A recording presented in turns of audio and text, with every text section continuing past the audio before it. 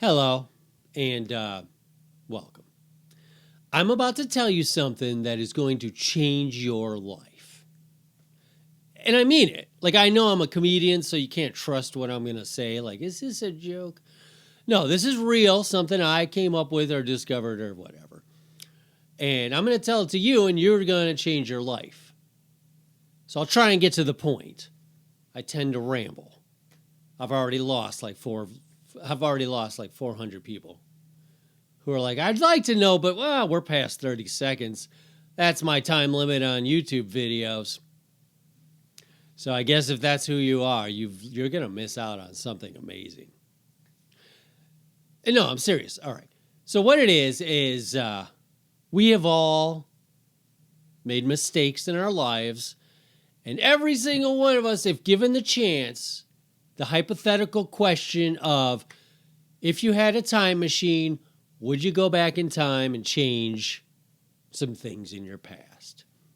Now, of course, everyone always does the weird. It's not weird, but everyone's like, well, I'd never go back before my kids were born, because then what if they weren't born or what? Yeah, okay, fine. Let's say somebody said you could have a time machine, go back in time that doesn't cause your children to die or friends or whatever. Every single person would go, yeah, I'd do that. 100% I would love to do that. Man, if I could go back even just a year, the stuff I would do differently. Well, here's my advice. Life-changing. I should write a book about this, but yeah, I don't. I'll go back a year from now and write a book about it. My point is, you don't have a time machine. However, you could use a time machine, a virtual time machine. So let's pretend, and this is what I do, and it's helped me. If somebody came to you, like, all right, imagine yourself a year from now, and imagine where you'll be with the trajectory that your life is going now. And be realistic about it. Don't fantasize about the things that might happen. Take a deep dive at yourself and say, like, well, these are my habits that I tend to do all the time. This is what's happened to me in the past over and over and over again. And then project yourself a year from now. What do you think your life will be like? And imagine like a bad scenarios. Like, well, a year from now, I'll most likely have lost my job because I have a habit of doing that or whatever it is. Imagine yourself a year from now, life isn't so great. Now imagine, what if a year from now, somebody came up to you, somebody with a time machine, said, hey, you can go back in time, but you can only go back in time 1 year. Would you do it? And of course the answer would be yes, of course I would. The things I would do differently. Well, this is my advice. Imagine that right now, today, is exactly the same as if you just transported from a year in the future. Like right now, today, instead of it just being any old day where you're watching a stupid video with some unfunny comic, you kind of just said, whoa, shit, that time machine really worked. Here I am, a year in the past. And if you could somehow keep that mindset and say, well, now what would I do differently? How am I going to make sure that the future that I kind of imagined, the worst case scenario future, which is a phrase that's used wrong every single time, because for it to be the worst case scenario, the universe has to die and there has to be no God.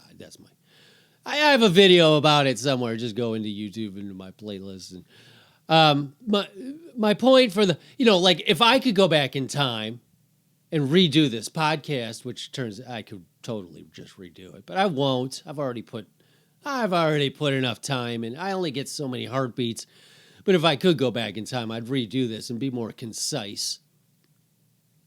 Because at this point, there's maybe one person still watching.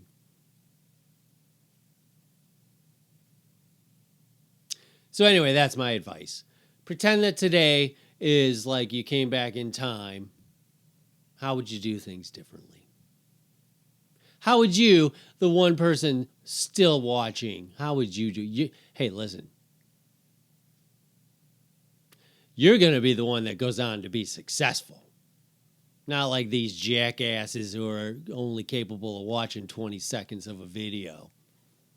They're not going anywhere. They'll be a year from now still cycling through video after video like, hey, if you can't get me in the first 3 seconds, I gotta go. I gotta get out of here. Looking for the next best thing. They'll never change their lives, but you, whoever's still stuck around, congratulations on a new life. Poof! You just got transported to now, from a year from now. What are you gonna do differently? And now, since I'm so deep in this video and nobody's watching, I'm just going to vent about a thing. I posted a video yesterday. This is the problem. This is the problem. I posted a video yesterday, a sketch, where it starts off me telling you how to solve a Rubik's Cube, but then it progresses into a sketch that, goes in levels or whatever. It's not the best sketch I've ever written. But the problem is, because so many people cannot watch more than 20 seconds, everyone who's commenting thinks it's a real video and is telling me like, hey, you're not good enough to be teaching people this, or you should use this algorithm. I'm like, did you watch the whole thing? Because if you watched it, you'd see that I'm not trying to actually teach you how to solve a Rubik's Cube at all. It's my fault. Is it though? Like on the one hand, I could be better at editing and getting to the point. But on the other hand, how does that phrase work? Do I want to change my style to fit the people who don't have a fucking attention span?